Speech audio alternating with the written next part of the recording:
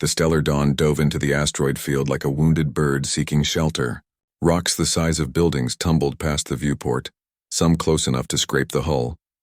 Neela's hands shook on the controls as she navigated through the deadly maze. "Status report," Captain Vorn demanded. "Hull breach on Deck 3. Rixo called out from communications. Engines at 60%. Life support stable. We lost the rear sensor array. Can we jump to hyperspace?" the captain asked. The chief engineer, a slug-like Mulvan named Gorth, checked his console. "Negative.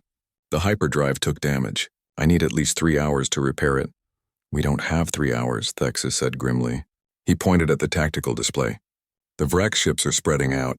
They're searching each sector of the asteroid field systematically. They'll find us in 2 hours, maybe less."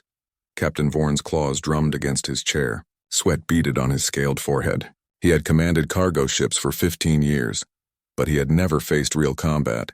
No one on the crew had except for Thexus, and even the security chief looked nervous. "We could surrender," Neela suggested quietly. "Maybe they'll let us live as slaves instead of killing us." "The Vraks don't take prisoners from ships that run," Thexus said. "We fired our mining lasers at them during the escape. They'll consider that an attack. They'll kill us all." "Then we fight," Captain Vorn said, but his voice lacked confidence. "Thexus, prepare your security teams. Arm everyone. If they board us, we'll die," Thexus interrupted. "Captain, I respect your courage, but be realistic. We have 6 security personnel with stunners and riot batons. They have battle-trained warriors with plasma weapons. We can't win." The bridge fell silent. The only sounds were the beeping of consoles and the occasional thud of asteroids bouncing off the hull. Day stood in his usual spot near the back, his face empty of emotion. But his eyes never stopped moving, watching the tactical display, calculating. Hana noticed him. She always noticed him. While everyone else panicked, Day remained calm. She had seen that calmness before, in the old service records she had accessed. The records that were sealed and classified and definitely not for her eyes. She made a decision. "Captain," Hana said, her voice cutting through the despair. "I need to show you something." "Not now, Navigator," Vorn said dismissively. "Now," Hana insisted. She moved to the main console and began typing rapidly. "You need to see this before you give up." "What are you doing?" the captain demanded. Hana pulled up personnel files and projected them onto the main screen. Day's face appeared along with his service record. But most of it was blacked out, classified beyond her access level. She scrolled down to the one section she could read, his military call sign. "His name is Kang Day," Hana said. "But during the war they called him something else." The screen displayed the words in large letters, "The Reaper of Proxima." The bridge crew stared at the screen in confusion, then at Day, then back at the screen. "I don't understand," Captain Vorn said. "What is this?" "You've heard of the Proxima incident," Hana said. "When the galaxy first made contact with Earth, there was a war. An invasion force attacked the Proxima Centauri system, expecting an easy victory. But one human ship fought back. One damaged frigate against an entire battle fleet. When the battle ended, 47 enemy vessels were destroyed." "That's propaganda," Neela scoffed. "Human lies to make themselves seem important." "It's not a lie," Hana said quietly. She looked at Day. "Tell them." All eyes turned to the quiet human in the back of the bridge. Day met their stares with his usual blank expression. For a long moment he said nothing. Then he spoke, his voice soft but clear. "It was 47 ships," Day confirmed, "but I lost my entire crew doing it. 312 people died under my command. I don't consider that a victory." The bridge went silent. Captain Vorn's mouth opened and closed without sound. Thexus took a step backward, his warrior instincts recognizing something in Day that he had missed before. "You?" Neela whispered. "You're the Reaper?" Day didn't answer. He turned his attention to the tactical display, studying the positions of the Vrak ships. Captain Vorn found his voice. "If this is true, if you really defeated that many ships, can you save us now?" "Maybe," Day said. He walked forward slowly, each step deliberate. When he reached the captain's chair, he stopped. "But I'll need command authority. Complete authority. No questions, no hesitation. You do exactly what I say when I say it." "Can you do that?" The captain looked at his crew. They were frightened, desperate, and out of options. He looked back at the quiet human who suddenly seemed very different. "Yes," Captain Vorn said. "The ship is yours." Something changed in Day's posture. His shoulders straightened. His empty expression sharpened into focus. When he spoke again, his voice carried absolute authority. "Neela, bring us deeper into the asteroid field. I need us positioned near the largest rock you can find. Something with high metal content. Rixo, shut down all non-essential systems. I want us to look dead in space. Gorth, bring the reactor to standby mode, but be ready to push it to 120% on my signal. Thexus, gather every crew member not at a critical station and meet me in the cargo bay in 10 minutes. Everyone stared at him. Now. Day barked and the crew jumped into action. The transformation was complete. The quiet human who fixed engines was gone, replaced by someone else entirely. Someone who had commanded ships in battle. Someone who had earned a name written in blood and fire. Hana watched him take control of the bridge, issuing orders with perfect precision. This was the man from the records. This was the Reaper. "You too, Hana," Day said without looking at her. "I need you on sensors. Watch for any change in the Vrak search pattern." "Yes, sir," Hana replied automatically, then caught herself. But Day was already moving to the engineering station, his fingers flying across the controls. 10 minutes later, the cargo bay was crowded with scared crew members. They had never seen Day like this. His presence filled the room, demanding attention without raising his voice. "The Vraks will find us in approximately 90 minutes, Day said. "We can't run and we can't fight them conventionally, so we're going to make them think we're already dead. Then we're going to use this ship as a weapon." "How?" Thexus asked. For once, there was no mockery in his voice. Day explained his plan. It was simple and brutal and absolutely insane. They would vent the cargo bay, rig the mining equipment to explode, use the mining lasers at point-blank range against docked ships, overload the reactor to create an electromagnetic pulse. "This is suicide," someone said. "No," Day corrected. "Doing nothing is suicide. This gives us a chance. A small one, but better than zero." He assigned tasks to each crew member based on their skills. The Mulvan engineer would handle the reactor modifications. Thexus and his security team would defend key choke points. Neela would pilot the ship through the most dangerous maneuvers of her life. Everyone had a role. Everyone was necessary. "What about you?" Thexus asked. "Where will you be?" "The engine room," Day said. "When they breach the hull, they'll try to disable our power first. I'll be waiting for them." The way he said it made several crew members shiver. This was not a man preparing to defend himself. This was a predator choosing his hunting ground. "You've all spent 2 years mocking me," Day said, looking at each of them. "Calling me weak, saying humans don't belong in space. I never argued because I thought those days were behind me. But you need to understand something now. Humans became dangerous not because we're strong or fast or clever. We became dangerous because we never stop. We adapt, we improvise. We turn everything around us into a weapon. And when we have no other choice, we become something terrible." He paused, letting his words sink in. "The Vraks are hunters. They're used to prey that runs or surrenders. They've never faced something that refuses to die." Day's dark eyes were cold and empty. "Today they're going to learn why my species survived long enough to reach the stars." The crew left the cargo bay in silence. Even Neela had nothing to say. They moved to their assigned positions, following Day's orders without question. On the bridge, Captain Vorn watched the tactical display. The Vrak ships were getting closer, moving methodically through each sector. "Sir," Hana said quietly, "do you really think we can win?" Vorn looked at the human woman, then at the readings from the engine room where Day was preparing his trap. "I don't know," the captain admitted, "but I'm starting to understand why the galaxy was afraid of humanity." The stellar dawn drifted silently through the asteroid field, dark and lifeless. All external lights were off. The engines made no sound.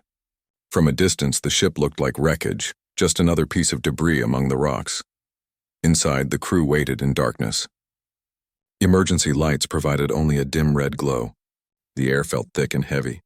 Everyone was at their assigned position, weapons or tools in hand, trying not to make any noise. On the bridge, Captain Vorn watched the tactical display. 3 Virax battlecruisers were converging on their sector. Each ship was 5 times larger than the Stellar Dawn, bristling with weapons and armor. "They're here," Hana whispered. The lead Vrax cruiser moved slowly past a massive asteroid, its sensors sweeping the area. Day had positioned the Stellar Dawn behind a rock rich in metal ore, which scattered the Vrak sensors. To them, the cargo ship would look like a natural formation, but only for a moment. "They're launching scout drones," Rixo reported, his voice shaking. "Thermal scanners." "Let them scan." Day's voice came through the comm system from the engine room. He sounded completely calm. "Everyone stay still.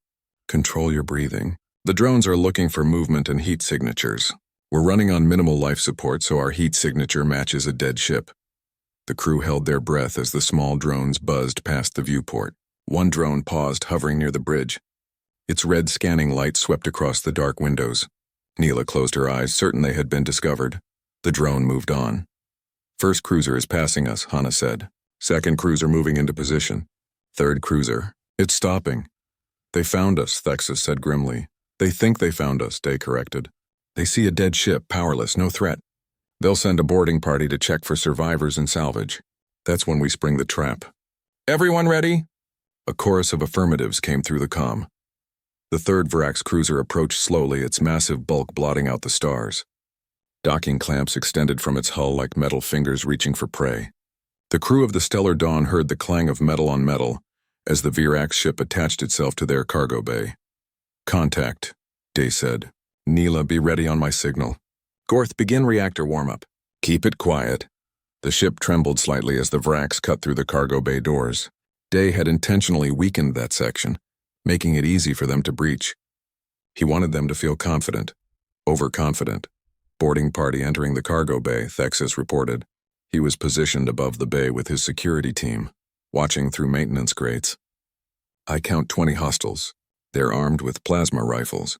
They look relaxed. They think this is easy salvage." "Good," Day said. "Wait for it."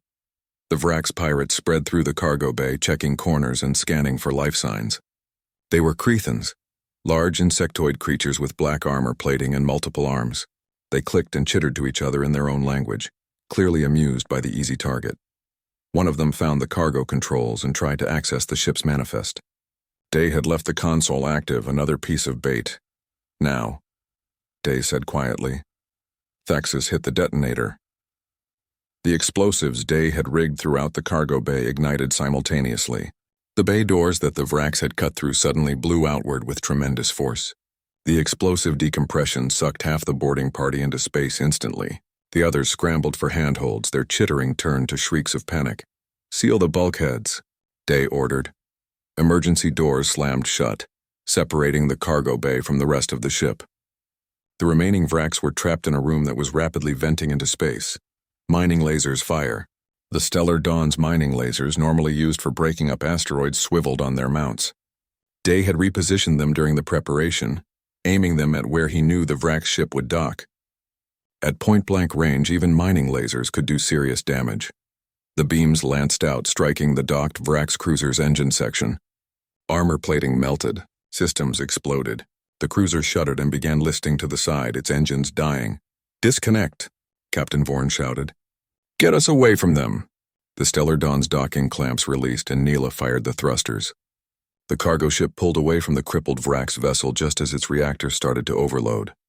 "Brace for impact," Dai warned. The Vrax cruiser exploded.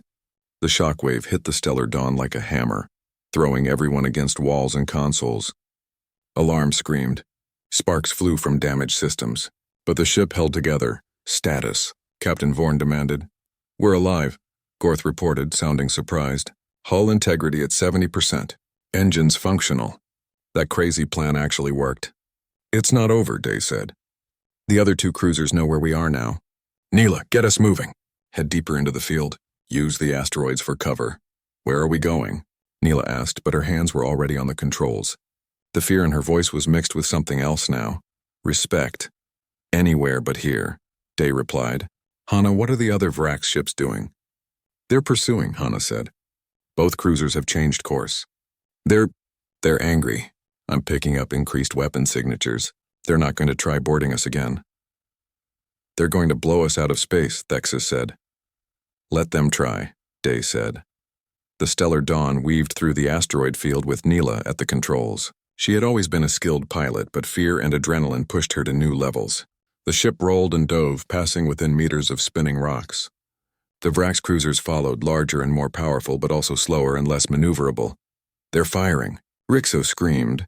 Plasma bolts streaked through space, missing the stellar dawn by meters. One shot clipped an asteroid, shattering it into 1,000 pieces. The debris cloud gave Neela a moment of cover. "They're going to hit us eventually," Captain Vorn said. "We can't dodge forever." "I know. I'm counting on it." "Neela, I need you to bring us to the densest part of the field. Find the biggest asteroids you can, the ones that would tear apart anything that hit them." "That's insane. We could get destroyed too." "Do you trust me?" Day asked. Neela thought about the explosion in the cargo bay. The precision of the trap. The cold calculation in every order Day had given. She thought about the name Reaper and what it meant to earn such a title. "Yes," she said finally. "I trust you. Then fly like you've never flown before." The stellar dawn dove into the heart of the asteroid field. Rocks the size of small moons tumbled in chaotic patterns, their gravitational fields pulling at each other in unpredictable ways. Neela's hands moved across the controls in a blur, making split-second decisions that meant life or death. Behind them, the two Vrax cruisers followed. They were desperate now, determined to destroy the cargo ship that had humiliated them. They fired continuously, their plasma weapons lighting up the darkness. "Day, what's the plan?" Captain Vorn asked. "We're running out of room." In the engine room, Day worked at his console with steady hands. He was tracking the positions of every asteroid in the surrounding area, calculating their trajectories, their masses, their velocities. His mind processed information like a computer, seeing patterns and possibilities that others would miss. "Neela, in 30 seconds, I need you to make a hard turn to port. 90 degrees. Don't question it, just do it." 30 seconds, Neela confirmed. "Gorth, push the reactor to maximum. Give me everything we have, and that's dangerous. We could do it." The Mulvan engineer pushed the reactor beyond safe limits. The ship groaned as power surged through its systems. 20 seconds, Day counted. "Hana, target the asteroid at coordinates 479. Use the mining laser. Full power." "But that asteroid isn't near the Vrax ships," Hana protested.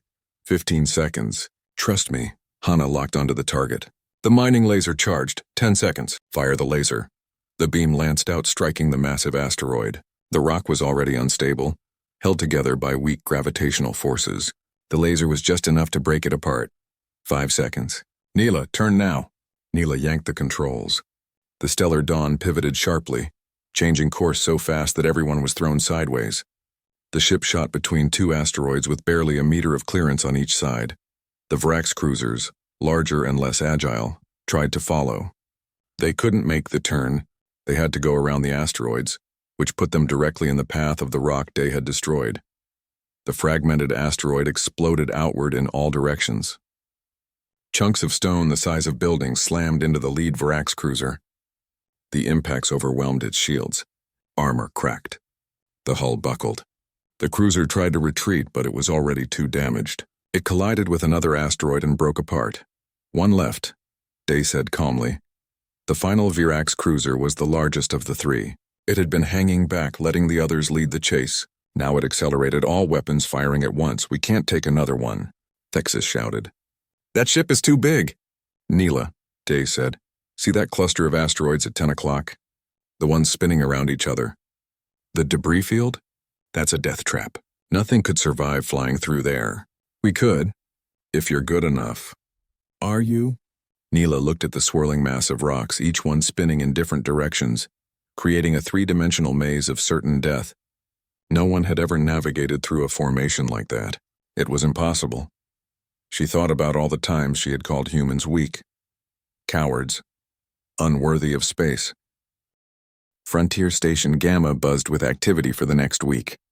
Repair crews swarmed over the stellar dawn, fixing hull breaches and replacing damaged systems. The cargo ship had taken a beating, but the engineers admitted it was remarkable the vessel had survived at all. Word spread quickly through the station about what happened. A cargo hauler destroying 3 Virax battlecruisers, a human engineer who turned out to be a legendary warrior. The story grew with each telling, becoming more dramatic and less accurate. Day avoided the attention. He spent his time in the engine room, supervising repairs and recalibrating systems. When station workers asked him questions about the battle, he gave short, technical answers. When they asked about Proxima, he said nothing at all. The crew of the Stellar Dawn handled the attention differently. Neela found herself buying drinks for other pilots, describing the flight through the debris field. She didn't exaggerate. She didn't need to. The truth was impressive enough. "I've never flown like that before," she admitted to a group of listeners. "I didn't know I could." But Day knew. He saw something in me that I didn't see in myself. He trusted me to do the impossible. "The human trusted you?" one pilot asked skeptically. "The human saved us all," Neela replied firmly. "And I spent 2 years calling him weak. I was a fool." Thexus gave an interview to the station security chief describing Day's tactics in detail. The chief listened carefully, taking notes. "He fought like a Krogar," Thexus said. "No, that's not right. He fought like something worse. When a Krogar fights, there's honor in it. When Day fought, there was only efficiency. He didn't want glory. He wanted results. Every action served a purpose. Every trap eliminated enemies, no waste. No mercy." "You sound afraid of him," the security chief observed. "I am," Thexus admitted. "But I also respect him. He could have let us die. We treated him terribly for 2 years. He had every reason to stay silent and let the Vraks kill us all. Instead, he saved us. That takes character." Captain Vorn met with the station commander multiple times. The commander wanted a full report for the Galactic Council. He wanted to know exactly how a cargo ship defeated a Vraks raiding party. "The truth is simple," Vorn said. "We had no chance until Day took command. He saw possibilities where we saw only death. He used our ship like a weapon, the asteroids like allies, and our fear like fuel. Without him, we would all be dead or enslaved." "The Council won't like this," the commander said quietly. "They've spent years downplaying human combat capabilities. This proves they were lying." "Then maybe they should stop lying," Vorn replied. On the 5th day, Hana found Day in the observation deck. He stood alone, watching ships come and go through the station's docking ports. She stood beside him in comfortable silence. "The crew wants to throw you a celebration," Hana said finally. "A formal thanks for saving their lives." "I don't want a celebration," Day replied. "I know, but they need to do it. They need to acknowledge what you did, what you sacrificed." "I didn't sacrifice anything. I just used the skills I have." "You sacrificed your peace," Hana said gently. "You left the military to escape war. You became an engineer to fix things instead of breaking them.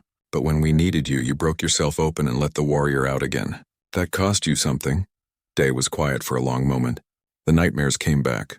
The ones I had after Proxima. I see the faces of my old crew. The people I couldn't save. When I close my eyes, I hear them screaming." "I'm sorry," Hana said. "Don't be. I made a choice. I'd make it again." Day turned to look at her.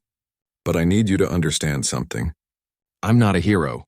Heroes don't haunt themselves with the memory of everyone they failed to save. I'm just someone who's good at surviving, and sometimes that means helping others survive too." "That's exactly what a hero is," Hana said. Day didn't argue. He just turned back to watch the ships. The celebration happened anyway. The crew gathered in the mess hall, which they had decorated with lights and banners. They prepared food from a dozen different worlds.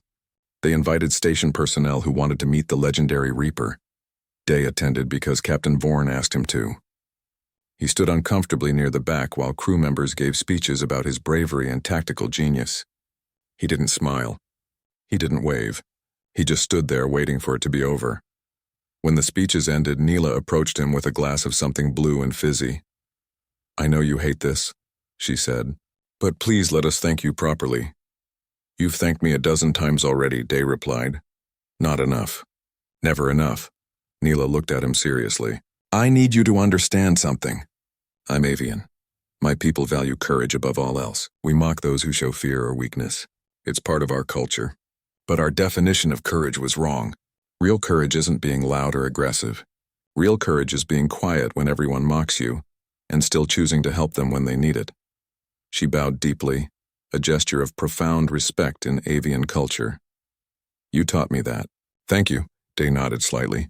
"You're a good pilot, Neela. You always were. You just needed a reason to prove it."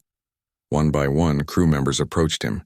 Rixo brought him a data pad containing every piece of information he had found about the Proxima incident. "So you know that we know the truth now," he said.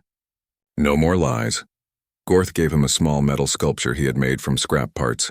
For fixing everything, the Mulvan said. Including us. Thexus clasped his shoulder, the warrior's grip strong but not aggressive. If you ever need someone to watch your back, call me. I owe you a life debt. Captain Vorn waited until last. He approached Day with a formal document. This is a new contract, the captain said. Double your current salary. Private quarters. Full authority over all ship systems. And a promise from me that no one on my crew will ever disrespect you or any human again. I don't need double salary, Day said. I know, but you're getting it anyway. Vorn held out his clawed hand. Will you stay with us? Day looked at the offered hand. He thought about leaving, finding another ship, starting over again. But these people knew who he was now. They knew his past, his capabilities, his darkness, and they still wanted him to stay. He shook the captain's hand. I'll stay. The celebration continued late into the night. Day left early, returning to his quarters. He found Hana waiting outside his door. Couldn't sleep? He asked. Wanted to make sure you were okay, she replied. Today was a lot. I'm fine, you're not. But you will be. Hana handed him a small package. I got you something. Day opened it carefully. Inside was a simple toolkit, high quality but basic, the kind an engineer would use every day. I know you have tools already, Hana said. But I wanted you to have something that represents who you are now, not who you were. You're Kang Day, engineer. The Reaper was necessary, but he doesn't have to be permanent. Day held the tools carefully. Thank you. One more thing, Hana said. She pulled out another data pad. I've been researching human military tactics. There's a lot we don't know about how your people fight. I was hoping. Maybe you could teach me. Not the violence. Just the thinking. The strategy. The way you see problems and solutions. Why? Day asked. Because you saved us by thinking differently than everyone else. By seeing possibilities they missed. I want to learn that, just in case we need it again. Day considered her request. Teaching meant acknowledging his past. It meant accepting that he would never fully escape what he had been. But it also meant passing on knowledge that could save lives. Okay, he said finally. I'll teach you. But we start with the basics. How to assess situations, how to calculate risks, how to turn disadvantages into advantages. When do we start? Hana asked. Tomorrow. 600 hours. Engine room, Hana smiled. I'll be there. She left him alone with his new tools. Day entered his quarters and set them carefully on his workbench. He looked at his reflection in the small mirror on the wall. Same face, same quiet expression, but something had changed. The crew knew who he was now. They knew what he could do. And they still saw him as Kang Day, engineer. Not just the Reaper. Not just a weapon. A person who fixed things and helped people and carried his past quietly. Maybe that was enough. The Stellar Dawn departed Frontier Station Gamma 3 weeks later, fully repaired and restocked. The crew returned to their normal duties, but the atmosphere had changed. There was more respect, more awareness. People spoke more carefully, thought more deeply. Day worked in the engine room as always. The steady hum of machinery was comforting, familiar. This was who he was. An engineer who kept the ship running. But every morning at 600 hours, Hana met him for training. He taught her about tactical thinking, how to assess multiple variables quickly, how to stay calm under pressure, how to see patterns that others missed. She was a quick learner. Within a month, she was calculating asteroid trajectories for fun. Within 2 months, she was suggesting improvements to ship procedures that made them more efficient and safer. You're good at this, Day told her one morning. I had a good teacher, Hana replied. They worked together in comfortable silence the way they had before the attack. But now it was different. Now they were building something. Knowledge, skills, preparation, just in case. 6 months later, the Stellar Dawn received a distress call from a colony ship under attack. Captain Vorn looked at his crew, then at Day. What do you think? The captain asked. Day studied the tactical display. The journey to the nearest safe port took 3 days. 3 days of repair work, nervous silence, and shocked glances at the quiet human who had saved them all. Day returned to the engine room immediately after the battle. He worked alone, fixing damaged systems, rerouting power, replacing burned circuits. His hands moved with the same steady precision as always, as if destroying 3 warships was just another day's work. The rest of the crew couldn't be so calm. Neela sat in her quarters staring at her hands. They had stopped shaking after the first day, but she could still feel the ship's controls, still see the asteroids spinning past in deadly patterns. She had flown through the impossible and survived, but only because a human had guided her through it, a human she had mocked for 2 years. The door chimed. She opened it to find Rixo standing there, the small gray alien holding 2 cups of something hot. "Can I come in?" Rixo asked quietly. Neela nodded. They sat together in silence for a moment. "I've been researching," Rixo said finally, "about the Proxima incident. There's not much information available. Most of it is classified, but I found some things." "Tell me," Neela said. "It happened during first contact. The Galactic Council sent a battle fleet to claim Earth's system. They thought humans were primitive, easy to conquer. They sent 120 ships to Proxima Centauri, the closest human colony. The fleet arrived expecting surrender. Instead, they found 1 human frigate waiting for them." Rixo paused, his voice shaking slightly. The frigate was already damaged. It had a crew of 312. The Galactic fleet had 15,000 warriors. The battle should have lasted 5 minutes. Instead, it lasted 18 hours. By the end, 47 galactic ships were destroyed and the rest retreated.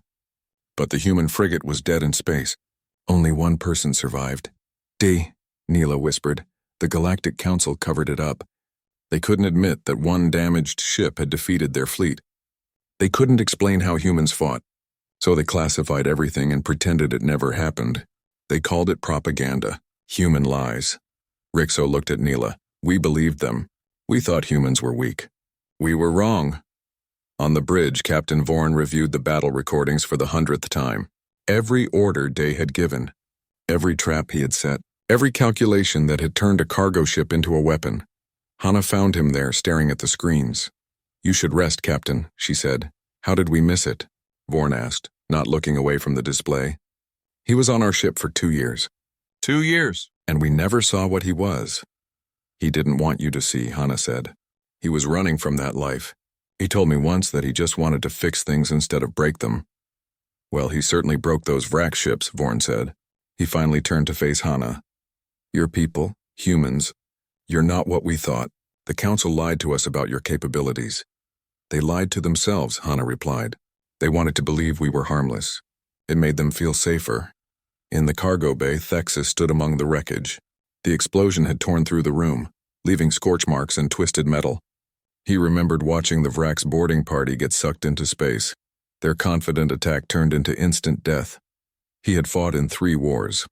He had killed more enemies than he could count. He thought he understood combat, but what Day had done wasn't combat. It was something else. Something calculated and cold and absolutely merciless. Day hadn't fought the Vracs. He had eliminated them like a problem that needed solving. The door opened behind him. Thexus turned to find Day carrying a toolkit ready to begin repairs. "I need to apologize," Thexus said. Day set down his tools. "For what?" "For treating you like you were weak. For making jokes, for—" Thexus struggled with the words. "For not seeing what you were." "What I was," Day corrected quietly. "Past tense. I'm not that person anymore." "Yes, you are," Thexus said. "You just pretended not to be. But when your crew needed you, the warrior came back." Day was quiet for a long moment. "I had a crew once, on the frigate at Proxima. Good people. Brave people. They trusted me to keep them safe. I won the battle, but I lost all of them. Every single one. So I left the military. I became an engineer. I thought if I stayed quiet and fixed things, I could forget." "But you can't forget," Thexus said. "No, I can't." Day picked up his tools again. "The cargo bay needs repairs. Are you going to help or just stand there?" Thexus smiled slightly. "I'll help." They worked together in silence, the warrior and the engineer, both understanding that some things didn't need words. On the second day, the crew gathered in the mess hall for a meal. For the first time in 2 years, they invited Day to sit with them. He hesitated at the door, uncertain. "Please," Captain Vorn said. "Join us." Day sat down at the table. The crew was subdued, their usual loud conversations replaced by quiet talk. No one made jokes. No one laughed at anyone else. "I owe you all an apology," Captain Vorn said formally. "As captain, I allowed a toxic environment on this ship. I permitted mockery and disrespect. I judged humans without understanding them. I was wrong, and I'm sorry." "We were all wrong," Neela added. She looked at Day directly. I said terrible things about you and your species. I called you weak and cowardly. I was ignorant and cruel. I'm sorry. One by one, the crew members apologized. Rixo, Gorth, even the maintenance workers who had barely spoken to Day. They all admitted their mistakes. Day listened without expression. When they finished, he simply nodded. Apologies accepted, he said quietly. Can I ask you something? Neela said. During the battle, how did you know everything would work? The trap in the cargo bay, the asteroid collision, the debris field. How were you so certain? I wasn't, Day admitted. Every plan I made had a 30% chance of failure. Maybe higher, but doing nothing had a 100% chance of death. So I chose the option that gave us the best odds. But the timing, Hana said. Everything happened exactly when you said it would. The asteroids, the explosions, all of it. I'm good at math, Day said simply. I can calculate trajectories, predict movements, estimate probabilities. It's useful in engineering. It's also useful in combat. Is that all humans can do? Rixo asked. Math? Day smiled, but there was no warmth in it. No, humans can do many things. We adapt, we improvise. We use anything as a weapon. We never give up even when we should. We're not the strongest species. We're not the fastest or the smartest, but we're very, very good at surviving. The Council should know this, Captain Vorn said. They should know what humans are capable of. They know, Day said. They've always known. That's why they tried to hide it. Because humans are terrifying when we need to be, and the Council prefers to pretend we're harmless. The meal ended quietly. The crew returned to their duties, but something had changed. They looked at Day differently now. Not with mockery, but with respect. Some with fear. Some with awe. Day returned to the engine room and Hana followed him. You don't have to hide anymore, she said. They know who you are now. The Reaper of Proxima. I was never hiding, Day replied, calibrating a power converter. I was just living a different life. Being quiet doesn't mean being weak. It means choosing when to speak. And when do you speak? When people need me to. Day closed the panel he was working on and looked at Hana. I didn't want to be a warrior again. But when the crew was in danger, I couldn't stay silent. That's the curse of being a soldier. You can leave the war, but the war never really leaves you. Do you regret it? Hana asked. Coming back? Day thought about the 312 people who died under his command at Proxima. He thought about the screaming and the fire and the bodies. He thought about the nightmares that still woke him some nights. I regret that it was necessary, he said finally. But no, I don't regret saving this crew. They're good people. They just needed to learn that appearances can be deceiving. On the third day, the Stellar Dawn limped into Frontier Station Gamma. The station was a massive structure orbiting a red dwarf star, a haven for traders and travelers. As the cargo ship docked, Port Authority flagged them for inspection. Stellar Dawn, this is Port Control. Our sensors show extensive battle damage. Please explain. Captain Vorn looked at Day, who nodded. Port Control, we were attacked by 3 Vrax battlecruisers near Sector 947. We defended ourselves and escaped. There was a long pause. Stellar Dawn, did you say 3 battlecruisers? Confirmed. 3 Vrax capital ships. We were forced to fight. Another pause, longer this time. Stellar Dawn, please stand by for priority docking. The station commander wants to speak with you immediately. Within an hour, the crew was being interviewed by station security.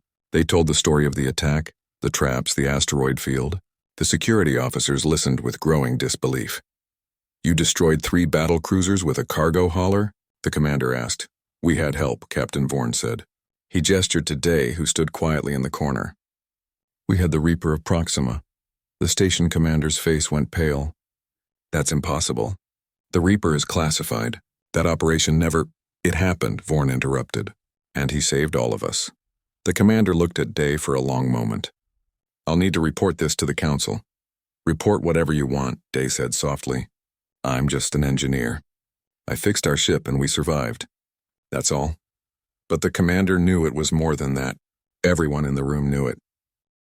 The engine room of the Stellar Dawn hummed with a steady rhythm. Kang Day wiped the sweat from his forehead and tightened another bolt on the cooling system. He had been working for 6 hours straight and his hands were stained with black grease. The massive cargo ship needed constant maintenance and Day preferred it that way. When he worked, he could think. When he thought, he could forget. Look at the human, a voice said from behind him. always hiding in his hole like a scared animal. Day didn't turn around. He knew the voice belonged to Neela, the ship's pilot. She was an avian, with bright blue feathers and sharp yellow eyes that never seemed to blink. She loved to talk, and she especially loved to talk about him. "I heard humans cry when they see blood," another voice added. This one belonged to Rixo, a small gray alien who worked in communications. "Is that true, human?" Day continued working. His wrench moved steadily, turning each bolt with practiced precision. He had learned long ago that silence was often the best response. Words could escalate situations. Silence let them pass, see? "He won't even answer," Neela said with a laugh. "Typical human. No courage at all." The two aliens walked away, their laughter echoing through the metal corridors. Day finally looked up, his dark eyes calm and empty. He checked his work one more time, then moved to the next maintenance panel. This was his life now. He fixed things. He stayed quiet. He bothered no one. The bridge door slid open and Hana stepped inside. She was the only other human on the stellar dawn, a navigator with sharp features and tired eyes. She carried 2 cups of coffee and handed one to Day without a word. "Thanks," Day said softly. They sat in comfortable silence for a moment. Hana knew better than to ask if he was okay. She had tried that in the first month, and Day had simply nodded and walked away. Now they just existed together, 2 humans in a ship full of aliens who didn't understand them. "They were talking about you again," Hana said finally. "In the mess hall. Neela told everyone that humans are too soft for space travel." Day sipped his coffee. "It doesn't matter." "It matters to me," Hana said. "I've seen your records, Day. I know what you weren't supposed to see those," Day interrupted, his voice still quiet but with an edge of steel. "I know. But I did." Hana looked at him carefully. "Why do you let them treat you like this?" "You could shut them up with one sentence." Day set down his coffee and picked up his wrench again. "Because that life is over. I'm just an engineer now." Hana wanted to argue, but she knew it was pointless. She had learned that about Day. When he made a decision, nothing could change his mind. She finished her coffee and left him alone with his machines. The day passed like every other day. Day worked. The crew mocked him. He said nothing. Captain Vorn, a massive reptilian saurid with green scales and cold yellow eyes, barely acknowledged Day's existence. To the captain, humans were a novelty, a new species that had recently joined the galactic community. They were weak, small, and had no real place among the stars. The captain tolerated them because the company required diversity, but he didn't respect them. Thexus, the security chief, was even worse. He was a Krogar, standing nearly 8 feet tall with muscles that could crush steel. He had fought in 3 wars and killed more enemies than he could count. When he saw Day in the corridors, he would deliberately walk toward him, forcing the smaller human to step aside. "Excuse me, human," Thexus would say with a cruel smile. "Real warriors coming through." Day always stepped aside.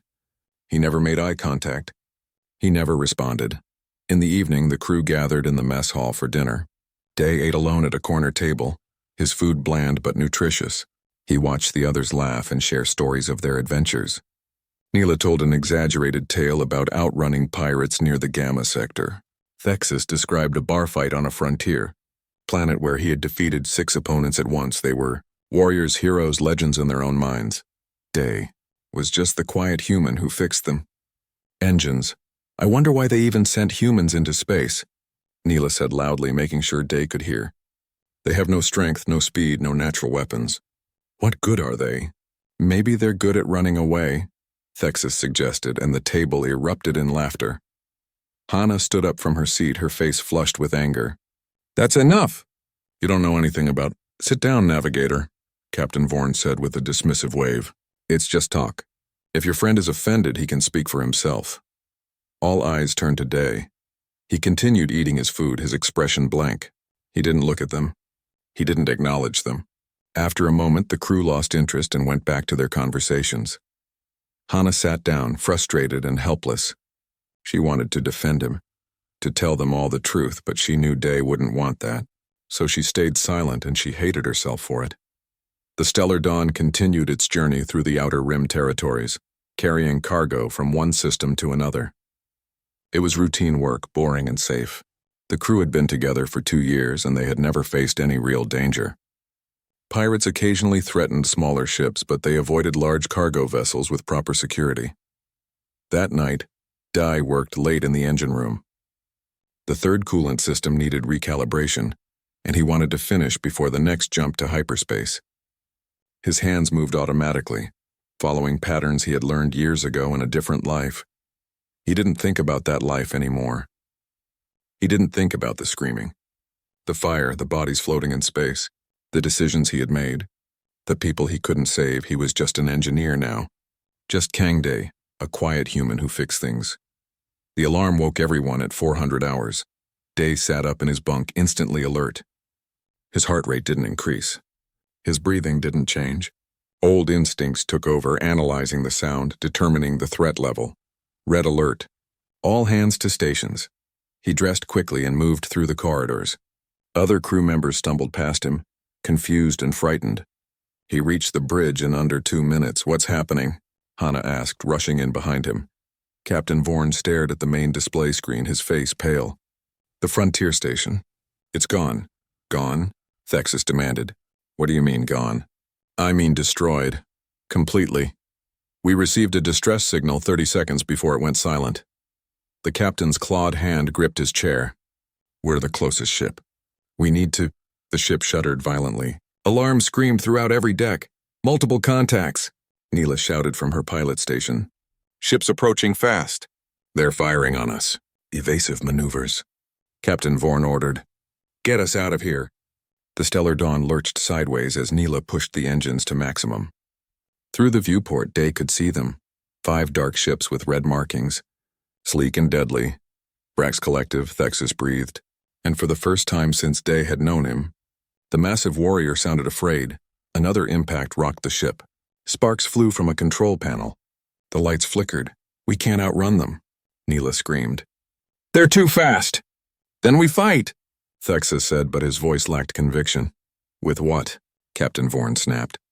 "We have mining lasers and hull plating. They have battle cruisers." The crew began to panic. Voices overlapped, everyone shouting suggestions, no one listening. The ship shook again, harder this time. In the chaos, no one noticed Day. He stood perfectly still near the back of the bridge, his eyes tracking the enemy ships on the display. His mind was already calculating trajectories, weapon ranges, possible tactics. The quiet human watched and said nothing. Not yet.